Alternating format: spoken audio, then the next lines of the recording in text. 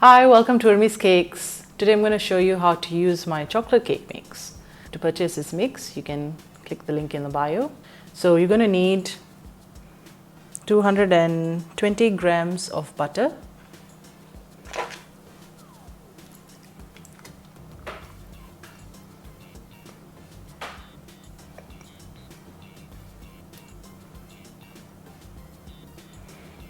remember to have your butter at room temperature so it's nice and easy to mix.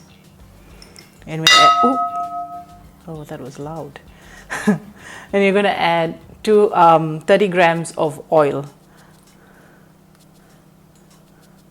On your pack, it actually says 250 grams of butter. You can opt to use the full amount of butter, or you can opt to use less butter and add a little bit of oil. The oil just helps the cake to stay a bit spongy, in a sense, or soft. And I feel like it only affects people who are living in countries where it's a bit cold. So like in Perth, in winter, sometimes it can be very cold, and the cakes tend to become a bit hard, not hard like rock hard, but just a bit more firm than I would like it to be. So to avoid that problem, because you know when you put butter in the fridge, it becomes rock hard, right? So the same thing happens when it's in cake.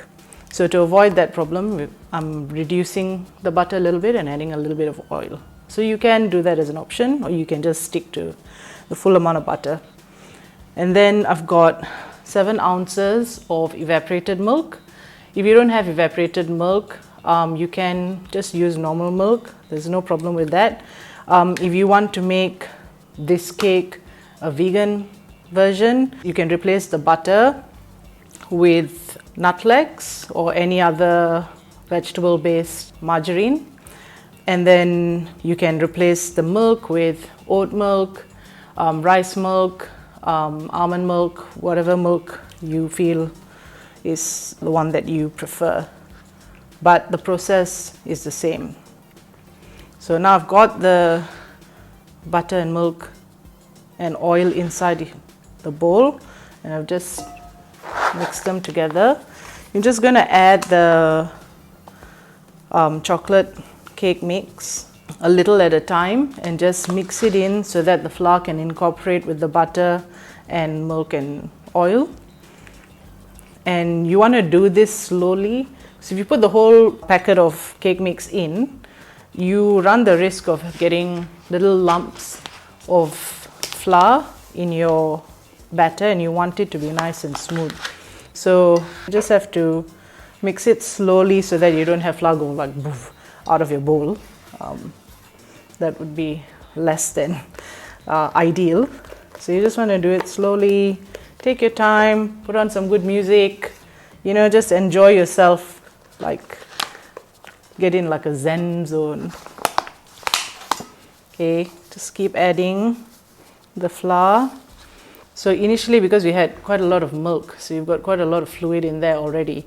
So as you can see, it's sort of thickened quite a bit because the flour has obviously now come in and thickened it up. So now you're going to start incorporating the water. I've got 5 ounces of water.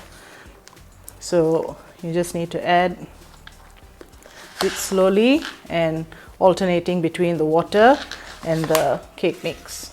I would put my wet ingredients in first, but you can put in all your ingredients into the stand mixer and then just put it on a really low, the lowest speed setting that you can get, and just let it mix and combine slowly.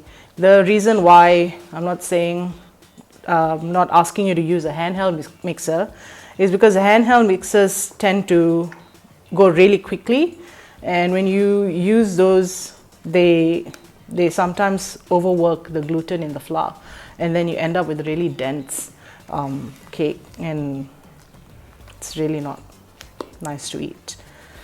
So you keep incorporating it until you get this nice smooth batter.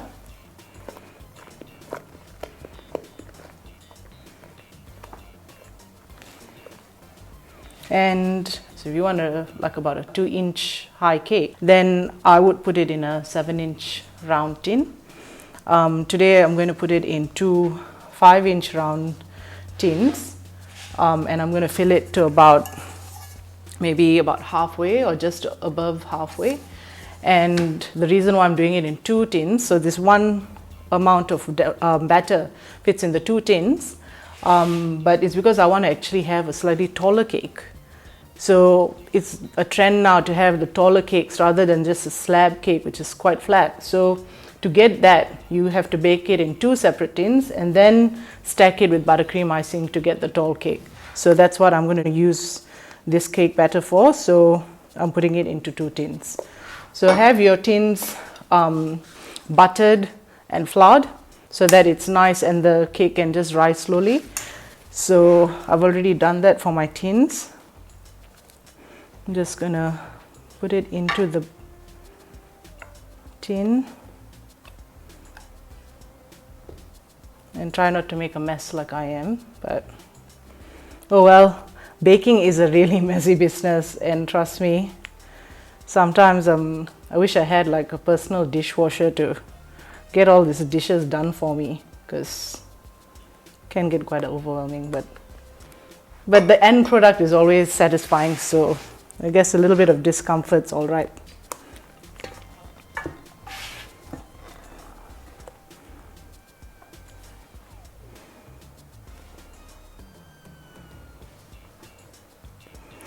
So once it's all put into the tins, you're going to bake your cakes for about 45 to 50 minutes, because these are smaller cakes, in a 175-degree fan-forced oven.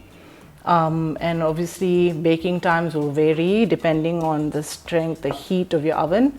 So the best way is to put it maybe for 40 minutes or so, and then test it, and if you think it's not fully cooked, then put it in and increase the time and let it cook for longer. So that's the best way to gauge whether your cake's fully cooked, is just put it for a bit less time and then see how you go. I'm going to put it in the oven now.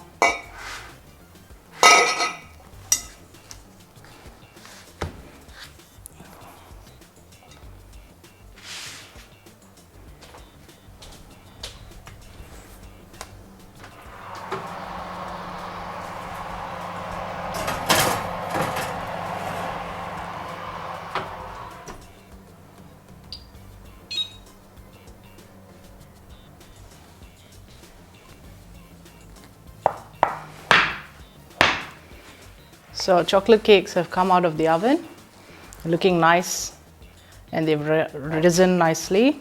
Just going to leave them to cool for about 10 minutes before I turn them out. So it's cooler now. I'm just going to loosen it from the tin.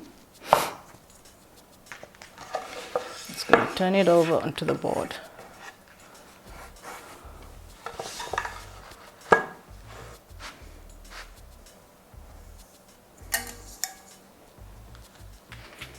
I'm just going to cut into it to show you what it looks like on the inside.